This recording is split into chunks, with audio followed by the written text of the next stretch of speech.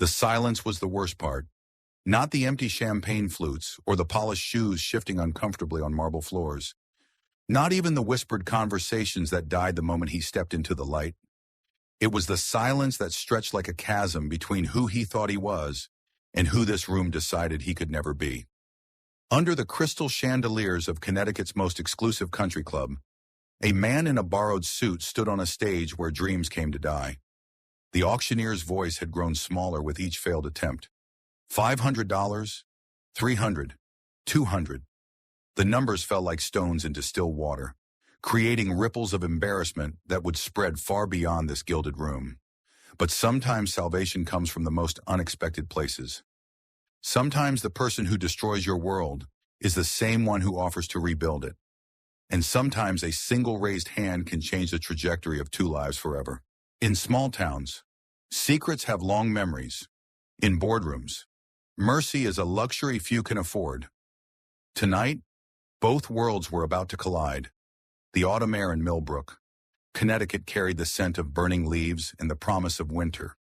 Marcus Thompson adjusted his tie in the rearview mirror of his 15-year-old Honda Civic, wondering for the 100th time how he'd let his 12-year-old daughter talk him into this. "You have to go, Dad," Emma had said just 3 days ago, waving the charity auction flyer like a battle flag. "It's for my school, and you always say we should support the community."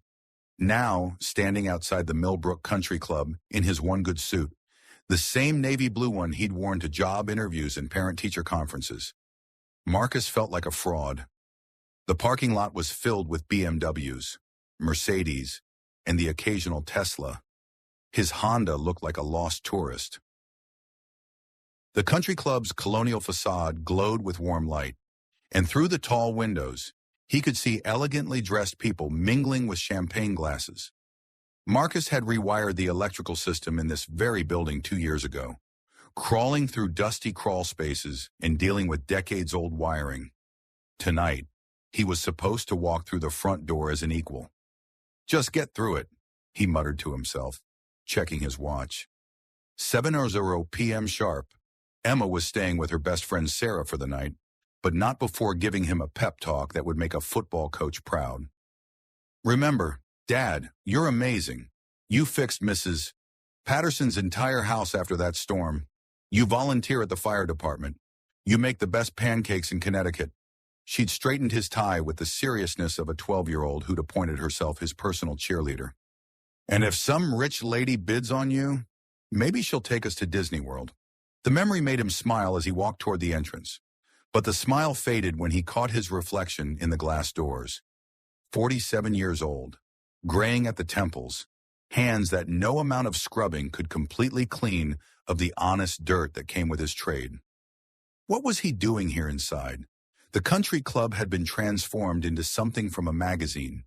Crystal chandeliers cast warm light over round tables draped in white linens. A jazz quartet played softly in the corner, and servers in crisp uniforms moved through the crowd with trays of hors d'oeuvres that probably cost more than Marcus's grocery budget for a week. He accepted a glass of champagne from a passing server. When in Rome, he figured, and tried to blend into the background. The other bachelors were easy to spot. They clustered near the bar, laughing too loudly, their confidence radiating like expensive cologne. Dr. Richard Hartwell, the plastic surgeon with the perfect smile and perfectly capped teeth. James Morrison, who owned half the commercial real estate in Hartford. Even Craig Bennett, the high school football coach, looked comfortable in his tuxedo. Marcus took a sip of champagne and immediately regretted it. Too dry, too expensive, too much like everything else in this room that reminded him he didn't belong. "Ladies and gentlemen, if you could take your seats, we'll begin shortly."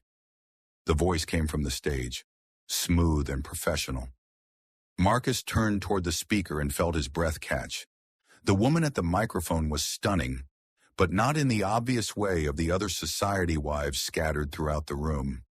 She was probably in her early 50s, with silver-streaked auburn hair pulled back in an elegant chignon. Her black evening gown was simple but clearly expensive, and she moved with the kind of confidence that came from never having to wonder if she belonged somewhere. Good evening, everyone. I'm Victoria Sterling, and I'll be your host for tonight's Bachelor Auction benefiting Millbrook Elementary School. Victoria Sterling. Marcus knew the name. Everyone in Connecticut did. Tech entrepreneur, CEO of Sterling Innovation, one of the few self-made female billionaires on the East Coast. What was she doing hosting a small-town charity auction? Before we begin, Victoria continued, her voice carrying easily through the room without seeming to strain, I want to remind everyone that tonight is about more than just a fun evening. It's about investing in our children's future, supporting our local community, and proving that Millbrook knows how to come together for a good cause. Applause rippled through the crowd.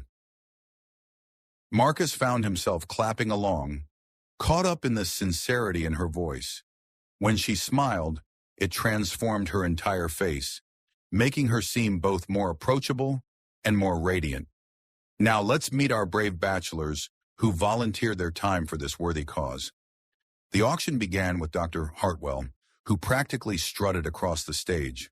The bidding was immediate and fierce, 3 different women competing until the final bid reached $2,500.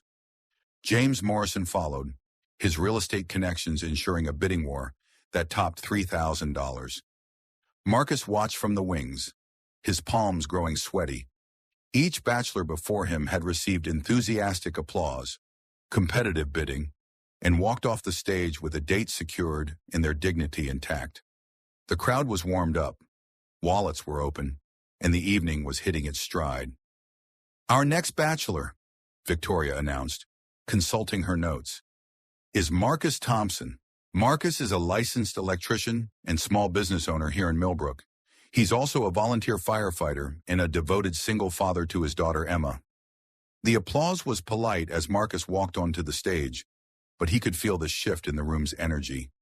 Where Dr. Hartwell had commanded attention, Marcus simply asked for patience. His suit was nice enough, but it wasn't tailored. His smile was genuine, but it wasn't practiced. He represented something different in this room full of polish and privilege. He represented work. Marcus, Victoria said, her voice warm as she joined him, center stage. Tell us a little about yourself. He leaned toward the microphone, feedback squealing briefly before he found the right distance. Well, I've lived in Millbrook my whole life. I love this town. Love raising my daughter here. I started my electrical business about 10 years ago, and I guess I just try to help people when I can. It wasn't the smooth, practiced speech the other bachelors had delivered. It was honest, humble, and real. Victoria nodded encouragingly, and for a moment, Marcus felt like maybe this wouldn't be a disaster. Do I hear an opening bid of $500? Victoria asked, scanning the crowd with professional confidence. Silence. Marcus kept his smile fixed, but his stomach started to sink. He could see people looking at their programs, checking their phones, whispering to their companions. The energy that had been so electric for the previous bachelors seemed to have evaporated. Perhaps we could start at $300. Victoria tried, her voice still bright but with a slight edge that suggested she was as surprised as anyone. More silence. Marcus felt heat creeping up his neck. In the audience, he could see the same women who had bid enthusiastically on Dr. Hartwell now studying their manicures with sudden fascination. $200. Victoria's voice had lost some of its professional polish, becoming more human, more concerned. The silence stretched, becoming uncomfortable, then painful. Marcus felt every second like a physical weight. This was his nightmare scenario, the one that had kept him awake for the past 3 nights. But it was worse than he'd imagined, because it wasn't just happening to him. It was happening in front of Victoria Sterling, a woman who clearly knew how to command a room and was now watching her perfectly orchestrated event hit an unexpected snag. He was about to step toward the microphone, to make some self-deprecating joke that would let everyone off the hook, when something remarkable happened. Victoria Sterling set down her notes, picked up a paddle from the podium, and raised it high. $10,000. The number hit the room like a thunderclap. Conversation stopped mid-sentence. Champagne glasses paused halfway to lips. Even the jazz quartet seemed to miss a note. Marcus stared at her, certain he'd misheard. Victoria met his gaze steadily, her paddle still raised, her expression calm but determined. "I have $10,000 from Ms. Sterling," the auctioneer's assistant announced, his voice cracking slightly with surprise. "Do I hear any other bids?" The silence that followed was different from before, where the previous quiet had been dismissive. This was stunned. Marcus could practically hear the mental calculations happening throughout the room. $10,000 was more than the previous 3 winning bids combined. It was a statement, a rescue, and a mystery all wrapped up in one elegant gesture. Going once, going twice, sold to Miss Sterling for $10,000. The applause that followed was uncertain, scattered, more polite than enthusiastic. Marcus walked off the stage in a daze, his mind reeling. Why would Victoria Sterling, a woman who could probably buy and sell everyone in this room, bid $10,000 on a small-town electrician she'd never met as the auction continued with the remaining bachelors? Marcus found himself watching her from across the room. She had returned to her role as host with seamless professionalism, but something had shifted. The smile was still there, the poise intact, but there was a new energy about her, as if she'd surprised herself as much as everyone else. When the evening finally wound down and the crowd began to disperse, Marcus found himself standing awkwardly by the coat check, uncertain of the protocol. Did he approach her?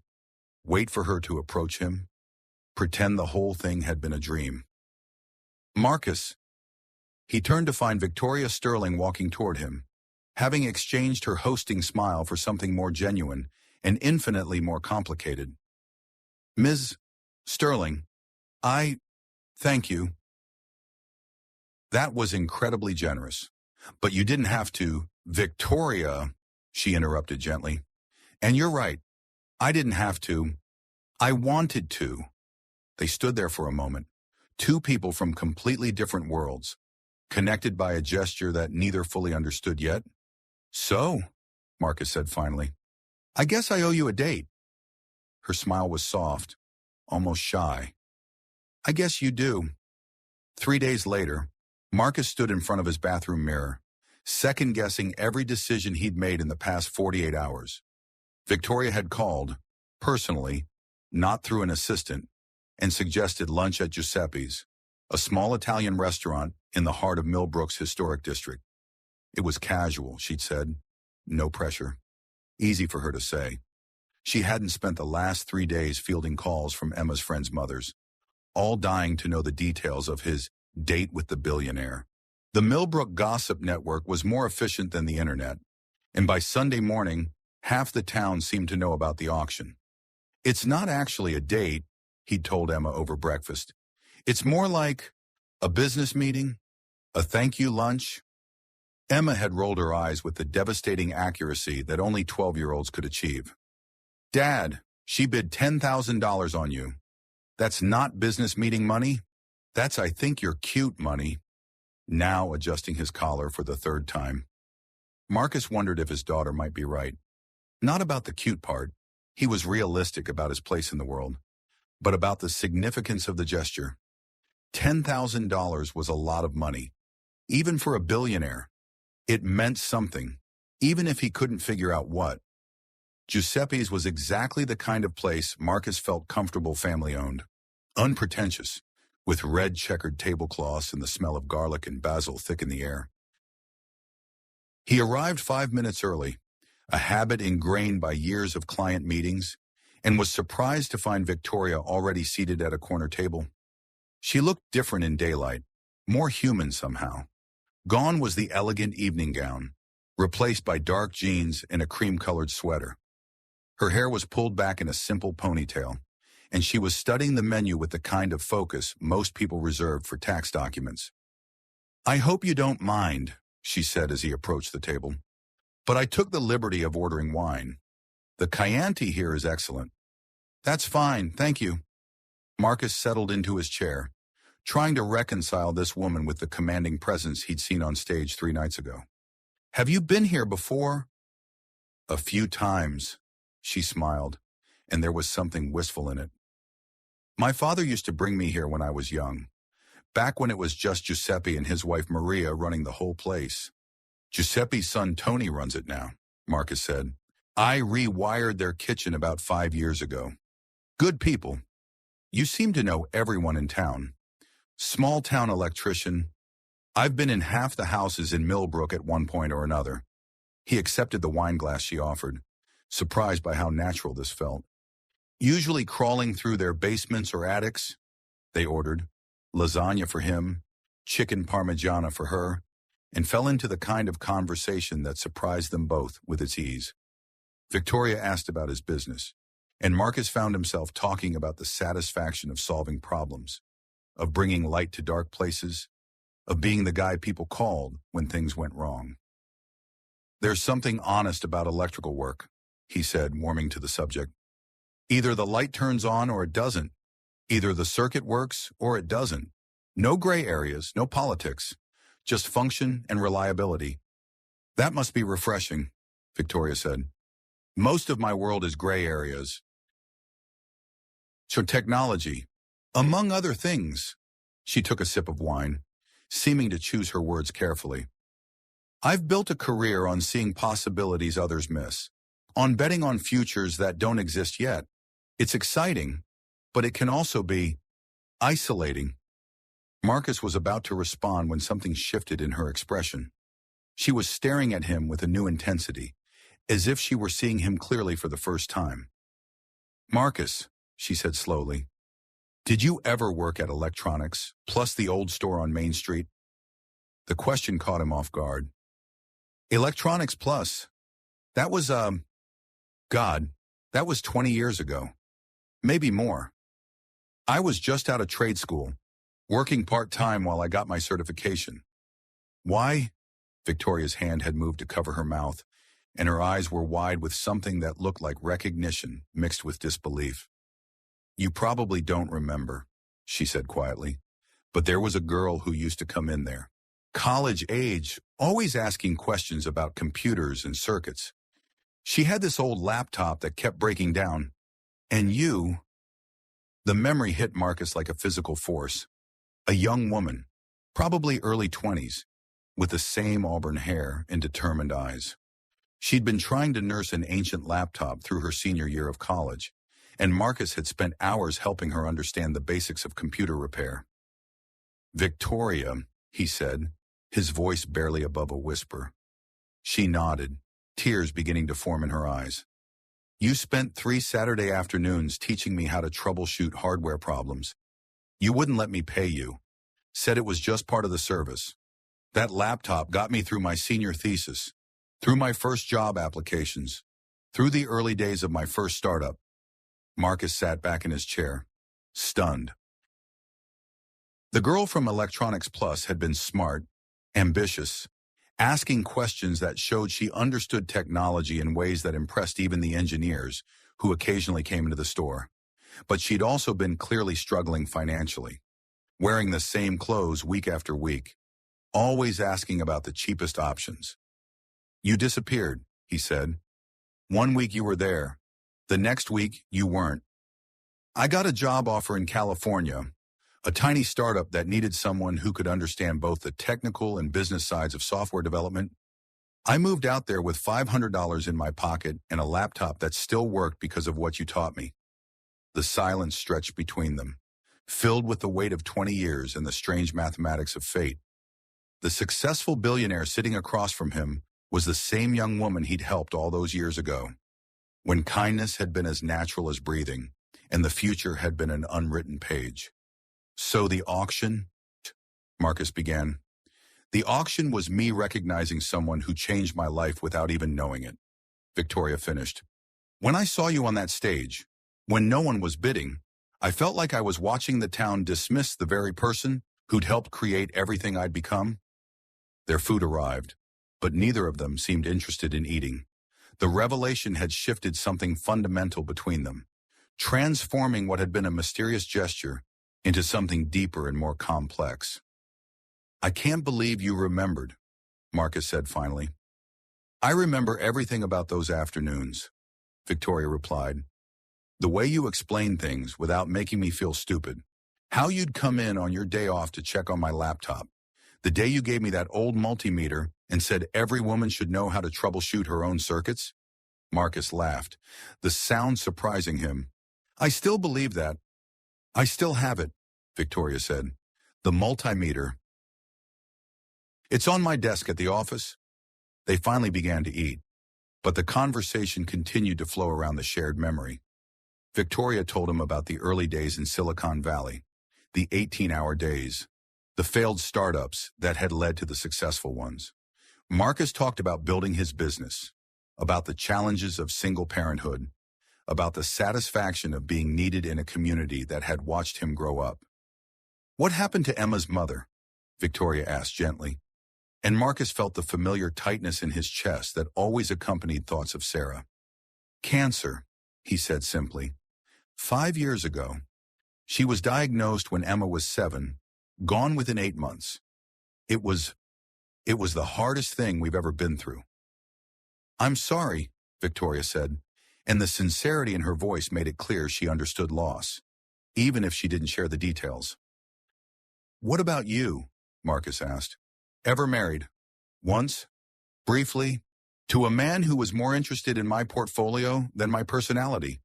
She smiled ruefully. Turns out being successful doesn't automatically make you a good judge of character. As the afternoon wore on, Marcus found himself forgetting about the difference in their circumstances. Victoria was easy to talk to, quick to laugh, and genuinely interested in his life and work. When she asked about Emma, her questions were specific and thoughtful, not the polite inquiries of someone making conversation. She sounds remarkable, Victoria said after Marcus had shared a story about Emma's latest science project. You've raised an incredible daughter. She's raised me as much as I've raised her, Marcus admitted. Especially after Sarah died, Emma kept me grounded, kept me focused on what mattered. Would you like to bring her to dinner sometime? Victoria asked. I'd love to meet her properly. The invitation surprised Marcus, but what surprised him more was how much he wanted to say yes. This lunch had revealed layers to Victoria Sterling that had nothing to do with her wealth or success. She was the girl from Electronics Plus, grown up and transformed, but still carrying the same curiosity and determination that had impressed him 20 years ago. She'd like that, he said. Fair warning, though, she's going to ask you a million questions about everything from your business to your favorite ice cream flavor. I'm looking forward to it, Victoria said, and Marcus could tell she meant it. As they prepared to leave, Victoria reached for the check, but Marcus was faster. I've got this, he said. Marcus, you don't have to. Yes, I do. He looked at her seriously.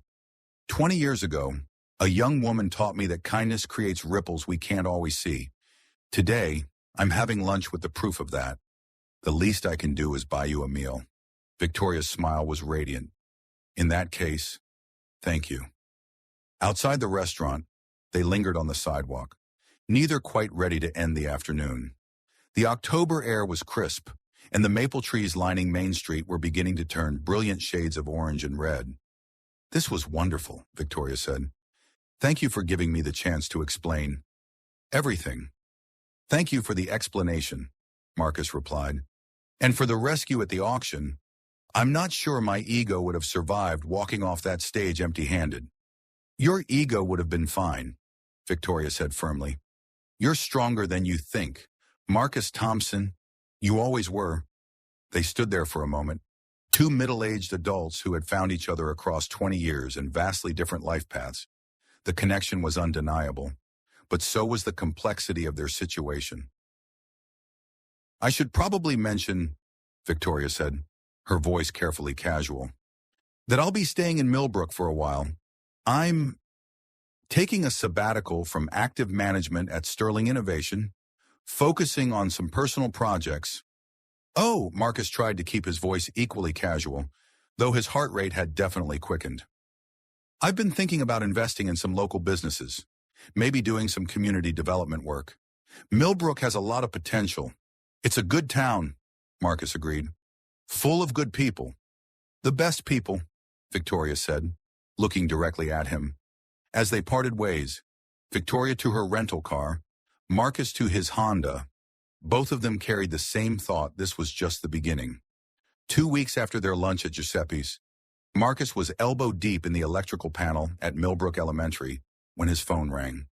The caller ID showed Emma's school number, and his heart immediately jumped to worst-case scenarios. Mr. Thompson, this is Janet from the office. Emma's fine, but she asked me to call you. She forgot her permission slip for the field trip tomorrow, and she's quite upset about it. Marcus glanced at his watch. 2:30 p.m. He could finish this job in an hour, swing by the house to grab the permission slip, and still make it to school before Emma's after-school program ended. Tell her I'll be there before 4:00, he said. And Janet, thanks for calling instead of making her worry. The electrical panel at the elementary school was a nightmare, installed in the 1970s and upgraded piecemeal over the decades. Marcus had been working on it for 3 days, rewiring sections that were fire hazards and bringing the whole system up to code. It was exactly the kind of unglamorous but essential work that kept him busy and paid the bills. As he worked, he could hear the familiar sounds of an elementary school in the afternoon, children's voices echoing in the hallways, teachers calling out instructions, the occasional burst of laughter from a classroom. It was a good sound, the sound of a community nurturing its future. His phone buzzed with a text message. Victoria, how's your day going? They'd been texting regularly since their lunch, sharing small moments and observations. Victoria had a dry sense of humor that translated well to text, and Marcus found himself looking forward to her messages throughout the day.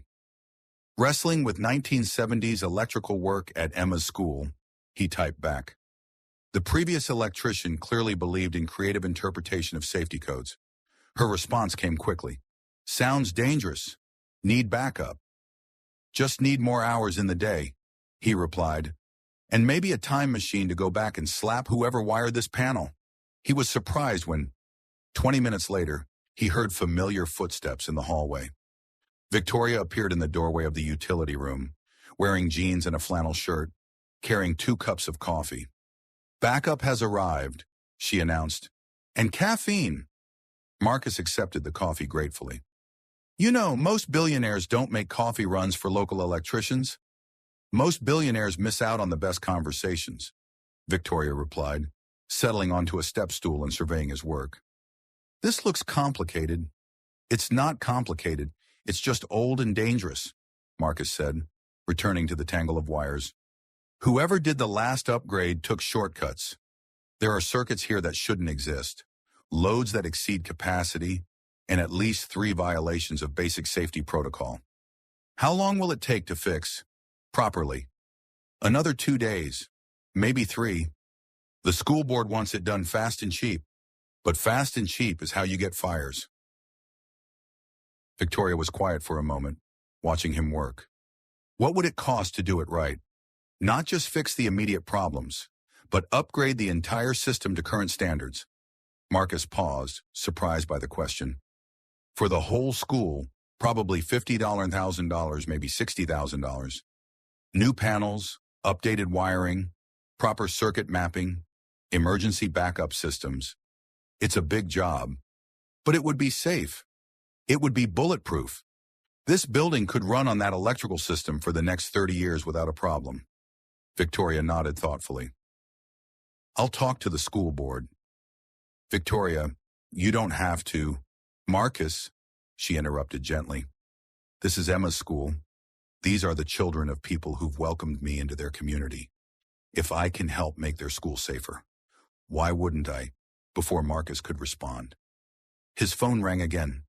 This time, the caller ID showed a number he didn't recognize. Marcus Thompson. Mr. Thompson, this is Robert Chen from Millbrook Development Associates. I was hoping we could set up a meeting to discuss a business opportunity. Marcus frowned. I'm sorry, I'm not familiar with your company. We're a development firm based in Hartford.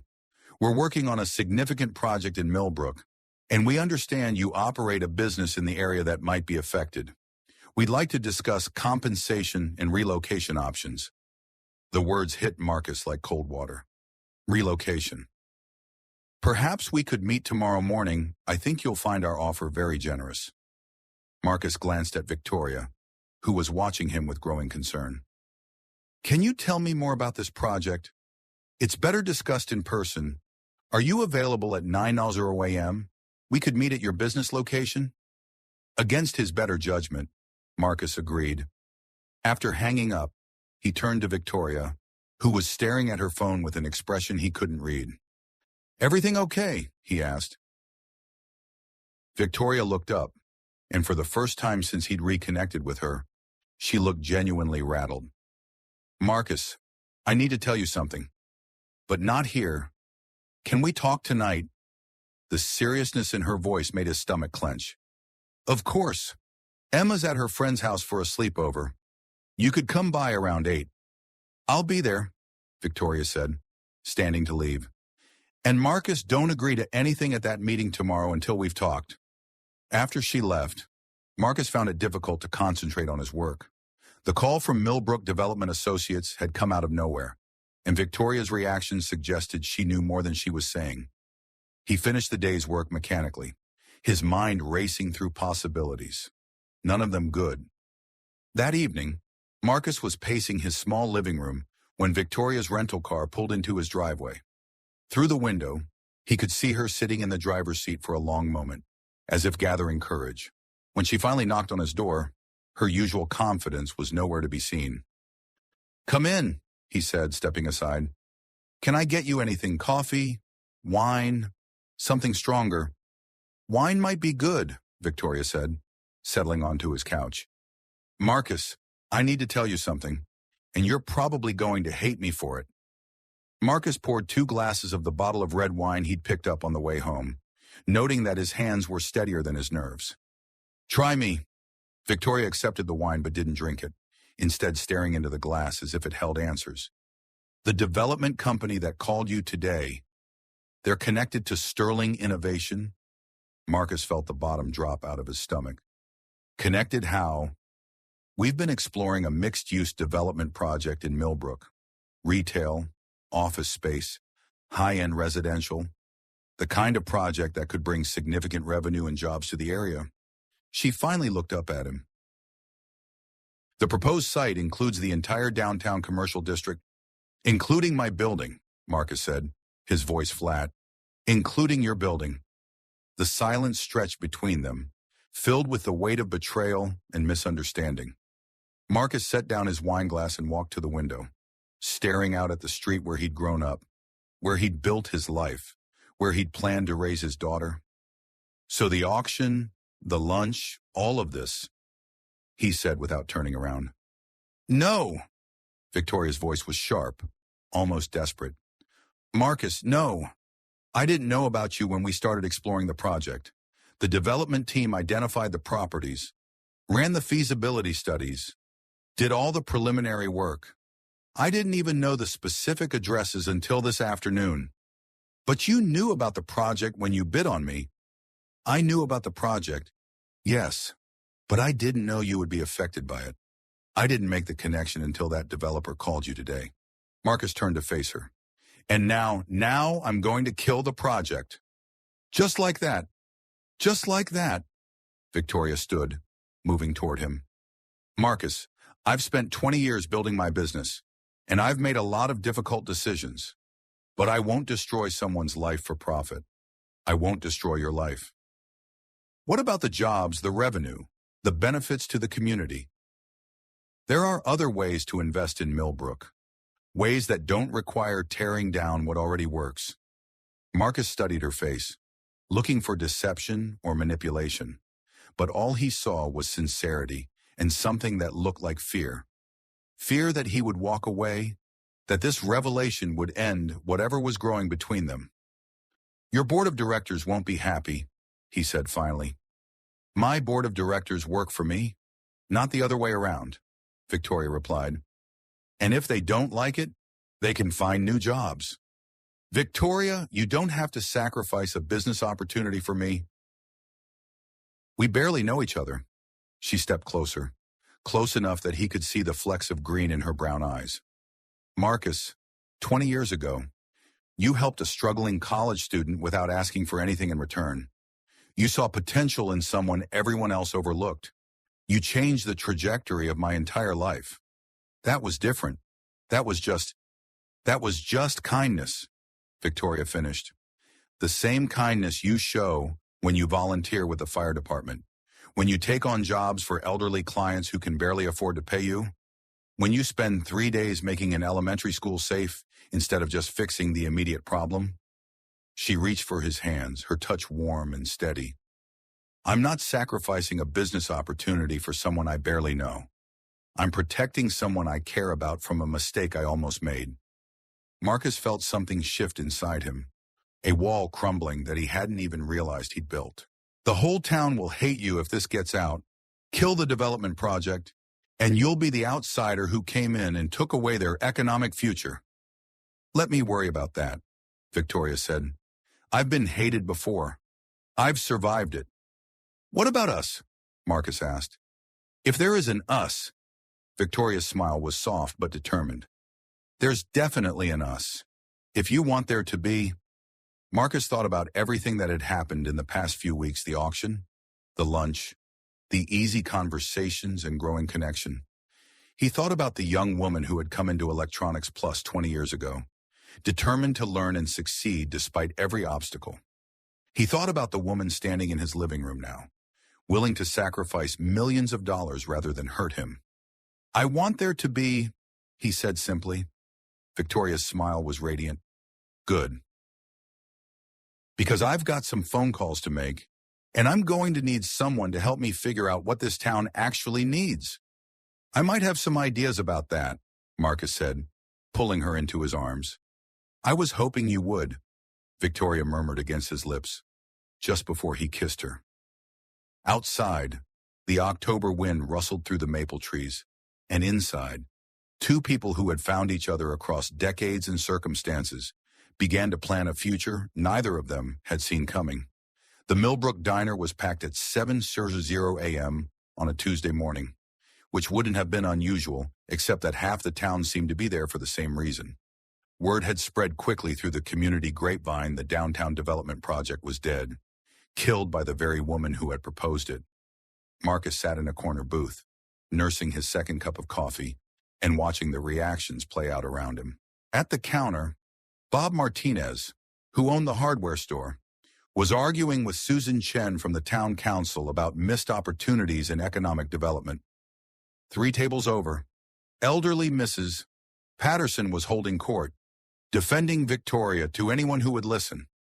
She's done more for this town in 2 months than most people do in 2 years, Mrs. Patterson was saying, her voice carrying the authority of someone who had taught half the adults in the room when they were children. Fixed the playground equipment, donated new computers to the library, and now she's paying for a complete electrical upgrade at the school. You want to complain about that? Nobody's complaining about her generosity, Bob Martinez called out. We're talking about jobs, about bringing business to Main Street, about giving our kids a reason to stay in Millbrook after they graduate. What's wrong with the businesses we already have? Mrs. Patterson shot back. Marcus Thompson employs 3 people. Giuseppe's has been feeding this town for 30 years. The Henderson's bookstore has been here since before some of you were born. Why do we need to tear down what works to build something new? The conversation was interrupted by the arrival of Victoria herself, who walked into the diner with the kind of quiet confidence that could stop a room mid-sentence. She wore jeans and a simple blue sweater, but somehow managed to look both approachable and formidable. Good morning, everyone, she said, addressing the room at large. I understand there were some questions about the development project. The diner fell silent. Marcus watched as Victoria scanned the room, making eye contact with various community members, her expression open and undefensive. Rather than let rumors and speculation fill in the blanks, she continued, I thought I should explain the situation directly. The downtown development project has been canceled. The decision was mine alone, and it's final. Ms. Sterling, Susan Chen said, half rising from her seat. The town council was very excited about the economic opportunities. I understand, Victoria interrupted gently, and I appreciate the council's enthusiasm. But after spending more time in Millbrook, I've realized that the development project would have changed the character of this town in ways that I don't think serve the community's best interests. So what do we get instead? Bob Martinez asked, his voice carrying a mixture of frustration and resignation. More of the same small-town stagnation while the rest of the world moves forward? Victoria's smile was patient. What you get instead is a $2 million investment in the businesses and infrastructure that already exist. What you get is a commitment to preserving what makes Millbrook special while finding ways to help it thrive. The number hit the room like a physical force. $2 million was more money than most of the people in the diner had ever contemplated, let alone seemed dedicated to their small town. What kind of investment? Susan Chen asked, her tone shifting from confrontational to curious. Infrastructure improvements, Victoria said, settling into an empty chair at the center of the room. The electrical grid downtown is 40 years old. The water main under Main Street has been patched so many times, it's more patch than pipe. The municipal building needs a new roof and a heating system that doesn't require prayer to function. Murmurs of agreement rippled through the diner. Everyone in town was familiar with the infrastructure problems that had been deferred for years due to budget constraints. Beyond that, Victoria continued, I'd like to establish a small business development fund, low-interest loans for local entrepreneurs, grants for existing businesses that want to expand, support for marketing and technology upgrades. And what do you get out of it? Bob Martinez asked, suspicion still evident in his voice. Victoria was quiet for a moment, considering the question. I get to live in a community that I'm proud to be part of. I get to see my investment dollars creating opportunities for people I care about. And I get to prove that sometimes the best way to build something new is to strengthen what already exists. Mrs. Patterson nodded approvingly. That's what I've been trying to tell you all. Sometimes the best changes are the ones that honor what came before. The conversation continued for another hour, with Victoria fielding questions about timelines, selection processes, and oversight. Marcus found himself impressed by her knowledge of the town's needs and her obvious respect for the community's input. This wasn't a wealthy outsider dictating terms. This was someone who had done her homework and genuinely wanted to help. As the crowd began to disperse, people returning to their morning routines, Victoria made her way over to Marcus's booth. How do you think that went? She asked, sliding into the seat across from him. Better than you probably expected, Marcus said, though Bob Martinez is still skeptical. Bob Martinez should be skeptical.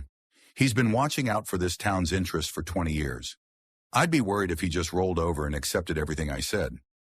You really have $2 million to invest in Millbrook, Victoria laughed.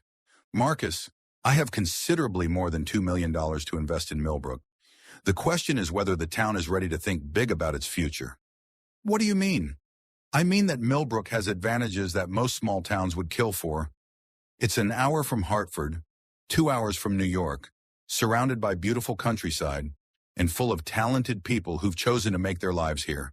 With the right investments, this could be a model for sustainable small-town development. Marcus studied her face, seeing the excitement and vision there. You're serious about this. This isn't just about us, or about guilt over the development project. It's about us, Victoria said, but it's also about building something meaningful. I've spent 20 years creating shareholder value and stock options. I want to spend the next 20 years creating something that actually improves people's lives, even if it means giving up the corporate world, especially if it means giving up the corporate world. Victoria reached across the table to take his hand. Marcus, I've been successful by every measure that matters to Wall Street, but I've never been happy. Not until I came back to Millbrook. Not until I found you again. The sincerity in her voice took his breath away. Victoria, I know it's fast, she said quickly. I know we're still figuring this out. But I also know that some things are worth taking risks for. Before Marcus could respond, Emma burst through the diner door, her backpack bouncing as she rushed toward their table. Dad, Victoria, I heard about the money for the town, and I think it's awesome. And can I help decide how to spend it? Because I have a lot of ideas about what Millbrook needs. Emma's enthusiasm was infectious, and both adults found themselves laughing at her breathless excitement. Slow down, kiddo, Marcus said, pulling out a chair for his daughter. What are you doing here? Shouldn't you be at school? Early dismissal for teacher meetings, Emma said, settling into her chair and looking expectantly at Victoria. So can I help? I've been thinking about this town my whole life, and I have ideas. I'd love to hear your ideas, Victoria said seriously. What does Millbrook need? A real playground, Emma said immediately. The one we have is okay, but it's old and kind of boring, and we need a place where teenagers can hang out that isn't just the parking lot at the grocery store. Maybe a community center with games and activities and stuff. Those are excellent suggestions, Victoria said. What else? Better internet, Emma continued, warming to her subject. Half my friends can't do their homework online because their internet is too slow. And we need more activities for families. Like, why don't we have a movie theater, or a bowling alley, or even just a place where people can hear live music? Marcus watched the interaction between his daughter and Victoria, seeing how naturally they connected. Emma's enthusiasm was met with genuine interest, and Victoria's questions encouraged more detailed thinking about the town's needs. Emma, Victoria said after listening to several more suggestions, would you be interested in being part of a youth advisory committee? I think any investment in Millbrook should include input from the people who are going to inherit whatever we build. Emma's eyes went wide. Really, officially? Like, officially, with meetings and agendas and everything? That would be amazing. Can I tell my friends? You can tell your friends that we're looking for young people who care about Millbrook's future and want to help shape it. As Emma launched into a detailed explanation of which of her classmates would be perfect for the committee, Marcus felt something settle in his chest. This was what happiness looked like, his daughter excited about the future. A woman he was falling in love with who genuinely cared about his community, and a sense that the life he'd built in Millbrook was just the beginning of something larger. So, he said when Emma paused for breath, what's the first project? Victoria smiled. The electrical upgrade at the school. We start there, and we build out from there. And then, Emma asked, and then we see what's possible when a community decides to invest in itself, Victoria replied. Outside the diner, the October sun was breaking through the morning clouds, casting everything in golden light. Inside, three people who had found each other across different circumstances and generations began to plan a future that none of them could have imagined just a few weeks before. The real work was just beginning, but for the first time in years, Marcus felt like he was part of something bigger than himself, something that honored the past while building toward a future worth believing in. The boardroom at Sterling Innovations' Hartford headquarters was designed to intimidate. Floor-to-ceiling windows offered a commanding view of the Connecticut River, while a massive mahogany table dominated the center of the room. The 12 members of the board of directors sat in high-back leather chairs, their expressions ranging from concerned to openly hostile. Victoria sat at the head of the table, her posture calm despite the tension crackling through the air. She wore a sharp business suit, her hair pulled back in the severe style that had become her trademark in corporate settings. But anyone who knew her well would have noticed the difference in her eyes, a certainty that hadn't been there before. Let me make sure I understand this correctly, said James Crawford, the board's longest-serving member and Victoria's most vocal critic. You want to abandon a $200 million development project to invest $2 million in a small town that most people have never heard of. That's correct, Victoria replied evenly. And you want to take a sabbatical from active management to focus on what you're calling community development work. Also correct, Crawford leaned forward, his voice taking on the patronizing tone that had made him countless enemies over his 30-year career. Victoria, I've known you since you were a junior analyst. You've never made a decision this irrational. What's really going on here? What's going on, James? Is that I'm remembering why I started this company in the first place? It wasn't to maximize shareholder value or to see how many zeros I could add to my net worth. It was to build something meaningful. With all due respect, interrupted Sarah Kim, the board's newest member. Meaningful doesn't pay dividends. We have responsibilities to our investors, our employees, our employees, Victoria said, cutting her off. Most of whom live in communities that have been hollowed out by exactly the kind of development we were planning for Millbrook. Our investors, who have seen their portfolios grow by 400% since I took over as CEO. I think both groups can afford to have me pursue a project that might actually improve people's lives instead of just their bank accounts. The room fell silent. Victoria had never spoken to the board with such bluntness, had never challenged their assumptions so directly. For 10 years, she had been the perfect CEO, brilliant, driven, completely focused on growth and profitability. This version of Victoria Sterling was unfamiliar territory. There's something else, said Michael Torres, the board's financial expert. We've heard rumors about your personal involvement with someone in this town. Is this business decision being influenced by a romantic relationship? Victoria's expression didn't change, but something dangerous flickered in her eyes. My personal life is not a topic for board discussion. It is if it's affecting your judgment, Torres pressed. If you're making a $200 million decision based on Michael, Victoria's voice was soft, but it carried a warning that made Torres immediately stop talking. I'm going to give you one opportunity to rephrase that question in a way that doesn't insult my intelligence or my integrity. The boardroom was completely silent. In the distance, they could hear the muted sounds of traffic and construction, the city continuing its relentless pace outside their climate-controlled sanctuary. What I think Michael is trying to ask, Crawford said carefully, is whether you've considered all the factors that might be influencing this decision.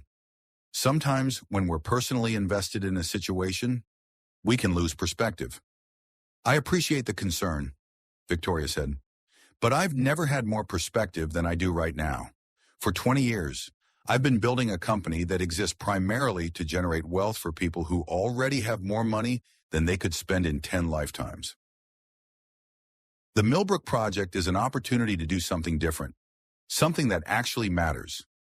And if it fails, asked Jennifer Walsh, the board's governance expert, if your $2 million investment doesn't generate the outcomes you're hoping for, then I'll have spent $2 million trying to improve a community instead of spending $200 million destroying one. I can live with that failure. But can the company live with it? Crawford asked. Victoria, you're not just the CEO of Sterling Innovation. You're the face of this company, the vision behind our growth strategy. If you step back from active management to play small-town philanthropist, what message does that send to our clients, our competitors, our industry partners? Victoria stood, walking to the window and looking out at the city skyline. Hartford wasn't New York or San Francisco, but it was still a long way from the tree-lined streets and community diners of Millbrook. The contrast felt sharper now than it ever had before. It sends the message that we're a company with values beyond profit maximization, she said without turning around. It sends the message that we understand success isn't just about how much money we make, but about how we make that money and what we do with it afterward. That's a lovely sentiment, Crawford said, but it's not a business strategy. Victoria turned back to face the board. Actually, James, it's the only business strategy that makes sense anymore. The old model, extract maximum value from every opportunity, regardless of the long-term consequences, is dying. Consumers want to do business with companies that align with their values. Employees want to work for organizations that stand for something beyond quarterly earnings. Even investors are starting to care about environmental, social, and governance factors. So you're saying this is about corporate responsibility? Sarah Kim asked. I'm saying this is about corporate evolution. Sterling Innovation can continue to be another tech company that makes rich people richer, or it can become something more. Something that proves business success and social impact aren't mutually exclusive. And if the board doesn't support this direction, Crawford asked.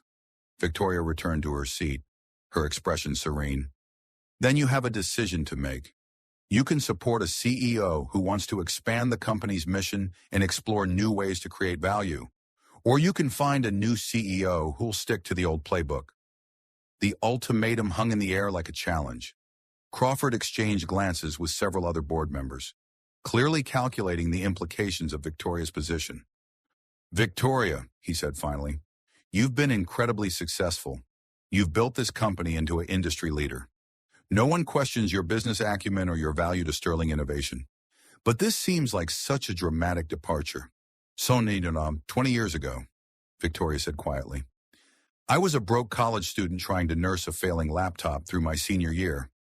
A small-town electrician spent 3 Saturday afternoons teaching me how to troubleshoot hardware problems. He wouldn't let me pay him, said it was just part of the service. That laptop got me through my thesis, through my first job applications, through the early days of my first startup. She paused, seeing the surprise on several faces around the table. Every success I've had since then can be traced back to that kindness, not because of the technical knowledge, though that was valuable, but because someone saw potential in me when I couldn't see it in myself. Because someone invested in my future without expecting anything in return. And this electrician, Torres said slowly, he's the person you're involved with in Millbrook. His name is Marcus Thompson. He's a good man, a devoted father, and someone who makes his community better just by being part of it. And yes, I care about him, but this isn't about him. This is about me finally understanding what I want to do with the success he helped make possible. The board members looked at each other, a silent conversation passing between them. Finally, Crawford spoke. What exactly are you proposing? In concrete terms, I want to establish a new division within Sterling Innovation focused on sustainable community development. I want to take a 2-year sabbatical from day-to-day operations to develop the model, using Millbrook as a pilot program. I want to prove that we can create economic opportunity without destroying the things that make communities worth living in. And if it works, we scale it. We find other small towns and communities that could benefit from thoughtful investment and support. We become the company that figures out how to do development right. And if it doesn't work, Victoria smiled, if it doesn't work, I'll have spent 2 years of my life trying to make the world a little bit better. I can't think of a better use of time or money. The vote, when it came, was closer than Crawford had expected. 7 members supported Victoria's proposal, 5 opposed it. It wasn't a ringing endorsement, but it was enough. As the board members filed out of the room, Crawford lingered behind. Victoria, he said, I hope you know what you're doing. I hope so too, James. But for the first time in 20 years, I'm doing something because it feels right, not because it's the safe choice. And this man, this Marcus Thompson, he's worth all of this. Victoria considered the question seriously. He's worth a lot, but this isn't just about him. This is about the person I want to be, the life I want to live, the legacy I want to leave. And if it doesn't work out, the relationship, the community project, any of it, then at least I'll know I tried to build something meaningful instead of just something profitable. An hour later, Victoria was driving north on I-91, leaving Hartford behind for the tree-lined streets of Millbrook. Her phone rang just as she passed the exit for the state capitol. How did it go? Marcus's voice was warm and concerned. I'm now officially on sabbatical, Victoria said. The board approved the Community Development Initiative, with some grumbling but no outright rebellion. And how do you feel? Victoria thought about it as she drove through the Connecticut countryside, watching the landscape change from urban to suburban to rural.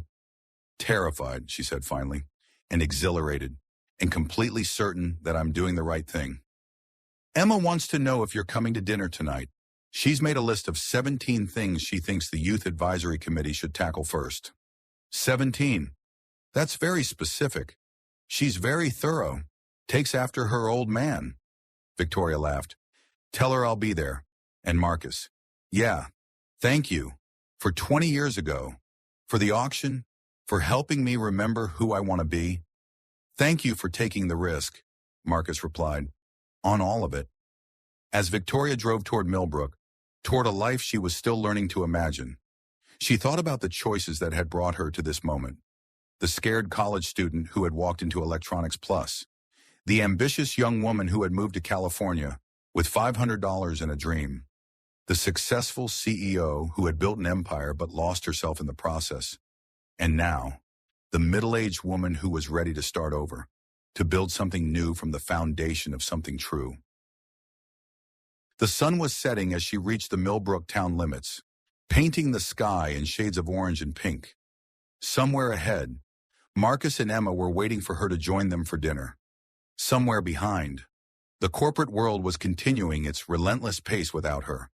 For the first time in 20 years, Victoria Sterling was exactly where she belonged.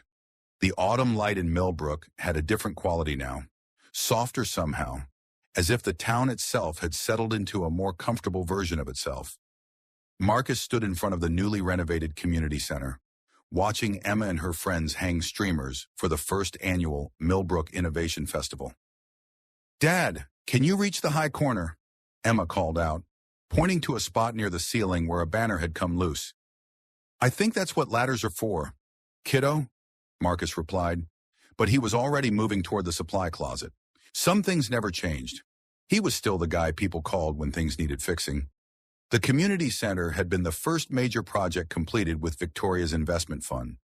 What had once been a crumbling 1960s building had been transformed into a modern, multi-purpose space that hosted everything from town meetings to yoga classes to Emma's youth advisory committee sessions. The Innovation Festival had been Emma's idea, a way to showcase the various projects that had emerged from the Community Development Initiative over the past year. Local artists would display their work, small business owners would demonstrate their crafts, and several regional tech companies would present on sustainable development practices.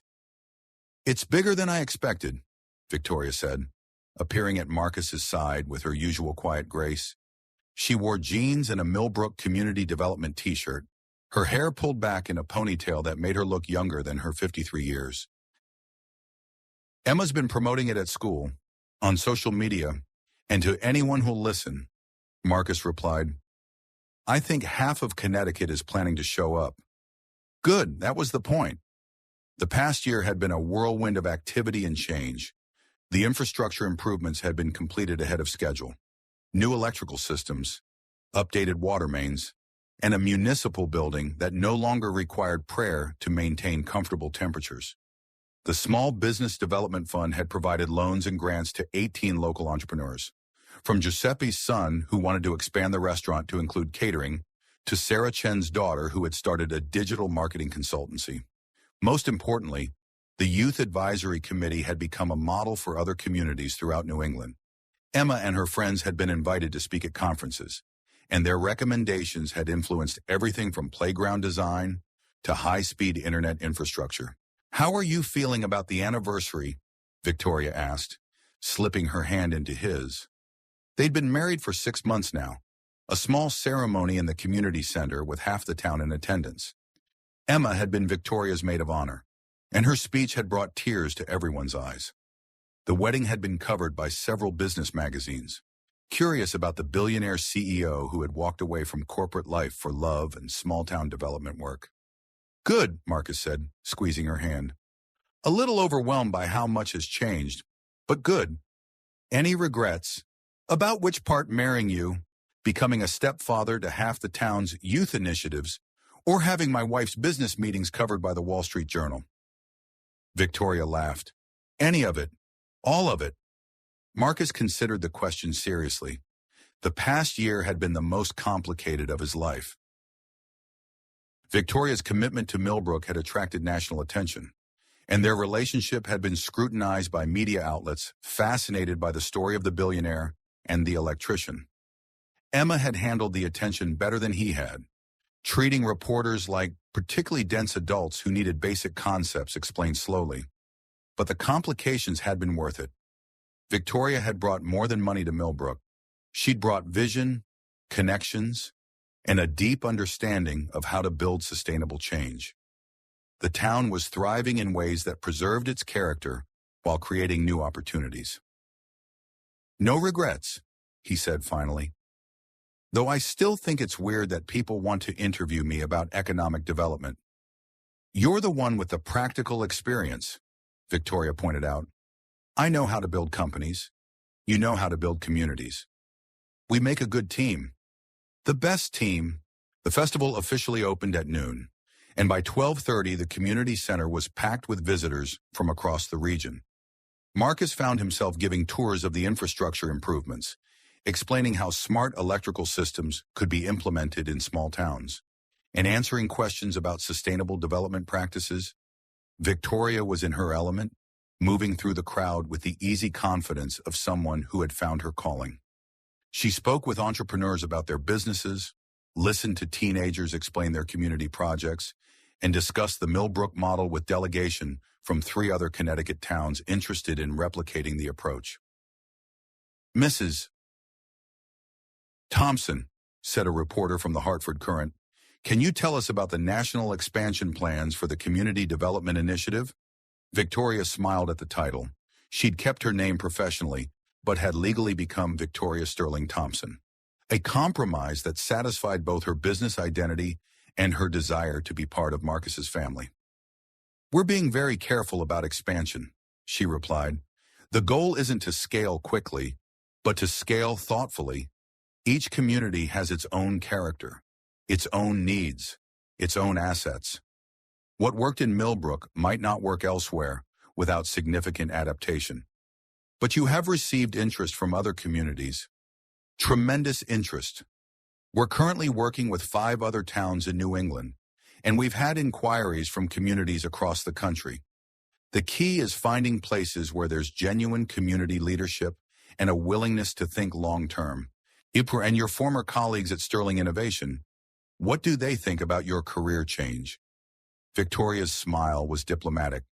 "They think I've lost my mind, but our community development division has exceeded every performance metric we set, and we're proving that sustainable development can be both profitable and socially beneficial.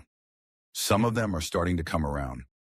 As the afternoon wore on, Marcus found himself watching Emma work the crowd with the confidence of someone who had grown up believing her voice mattered.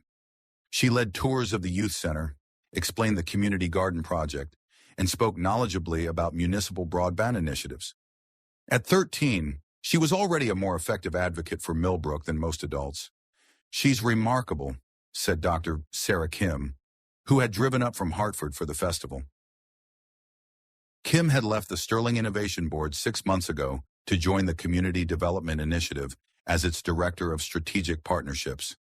"She is," Marcus agreed. "Sometimes I think she's going to be running this place by the time she's 18. She might be. The Youth Advisory Committee has been our most successful innovation. Half the inquiries we get from other communities are specifically about replicating that model." Victoria's idea. Actually, Emma's idea. Victoria just had the wisdom to take it seriously. As the sun began to set, the festival moved into its evening phase. Local musicians performed on the outdoor stage, food trucks lined the street, and families spread blankets on the community center lawn. It felt like a small-town celebration, but with an energy and diversity that spoke to Millbrook's evolution. Marcus found Victoria sitting on the front steps of the community center, taking a rare moment of quiet amid the celebration. "Tired?" he asked, settling beside her. "Happy," she replied. "I was just thinking about that night at the auction, when I raised my paddle and had no idea what I was doing. Best impulse decision you ever made." "Second best," Victoria said, leaning against his shoulder. "The best was deciding to stay." They sat in comfortable silence, watching their neighbors and friends enjoy the festival. Emma was across the lawn, engaged in an animated conversation with a group of teenagers from other towns who had come to learn about the Youth Advisory Committee model. "What do you think?" Victoria asked. "Ready for year 2? Marcus thought about the question. The past year had been full of challenges, adapting to life in the public eye, learning to navigate the complex world of community development, building a marriage while building a movement. but it had also been full of purpose and meaning in ways he hadn't expected. "I think," he said finally, "that we're just getting started." Victoria smiled. "Good, because I have some ideas about what we could do next." "Of course you do. Regional coordination, sustainable tourism, maybe a fellowship program for young people interested in community development work." Marcus laughed. "You know, most people would be satisfied with transforming one small town." "Most people," Victoria said, "aren't married to Marcus Thompson." As the evening deepened and the festival began to wind down, Marcus reflected on the strange mathematics of fate that had brought them to this moment. A charity auction where no one bid on a small-town electrician, a billionaire who saw something worth saving, a community that was willing to believe in change, and at the center of it all, the simple truth that had started everything: sometimes the best way to build something new is to strengthen what already exists. The last of the visitors headed home, and the cleanup began. But as Marcus looked around at the thriving community center, the engaged young people, the neighbors working together to restore their town to its evening quiet, he knew that the real work was just beginning. Millbrook had become proof that small towns could evolve without losing their souls. That development could be both profitable and humane. That love for a person, for a community, for a vision of what was possible, could be the foundation for lasting change. In the distance, Emma was directing the youth committee's cleanup efforts with the efficiency of a seasoned project manager. Victoria was helping elderly Mrs. Patterson to her car, listening patiently to her suggestions for next year's festival. The community center glowed with warm light, ready to host whatever came next. Marcus smiled, picked up a trash bag, and went to help his family clean up after another successful day in the life they'd built together. Tomorrow would bring new challenges, new opportunities, new chances to prove that sometimes the best investments are the ones that can't be measured in dollars alone. But tonight, in the soft October evening in Millbrook, Connecticut, three people who had found each other across time and circumstance were exactly where they belonged, building something worth keeping for the next generation to inherit. Sometimes the most powerful transformations begin with the smallest acts of courage. A single father stepped onto a stage where he didn't belong, risking humiliation for his daughter's school. A successful woman walked away from everything she'd built to protect a community she'd only just discovered. A 12-year-old girl believed that love could bridge any gap and refused to let the adults in her life settle for less than they deserved. What started as charity auction became something far more valuable, proof that authentic connection still matters in a world obsessed with image. That small towns aren't stepping stones to somewhere better, but destinations worth fighting for. That sometimes the person who saves you is someone you helped long ago, when kindness was just second nature. The boardroom lost a CEO, but Millbrook gained a champion. Corporate shareholders lost a profit margin, but a community gained its future. And two people who thought their best days were behind them discovered that the most meaningful chapters are often written later in life. In the end, the question isn't whether you're worthy of someone's attention, it's whether you're brave enough to believe that you are. Some risks are worth taking, some hands are worth raising,